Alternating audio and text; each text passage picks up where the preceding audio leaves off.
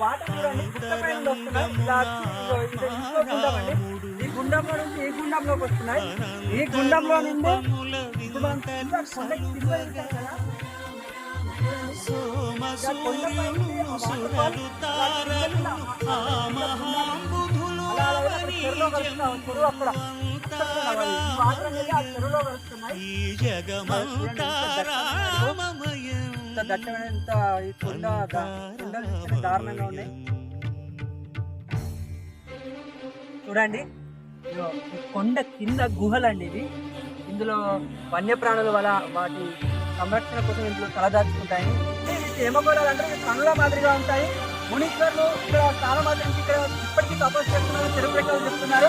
ఇప్పుడు నూతన సొరంగం ఇందులో దిగి సొరంగం గుండా ఇది బయటకు వెళ్తే మన పాపాలు చేస్తామని తొలగిపోతాయని ఇక్కడ ఉన్న పూజారి ఇందాక చెప్పారండి. ఇదే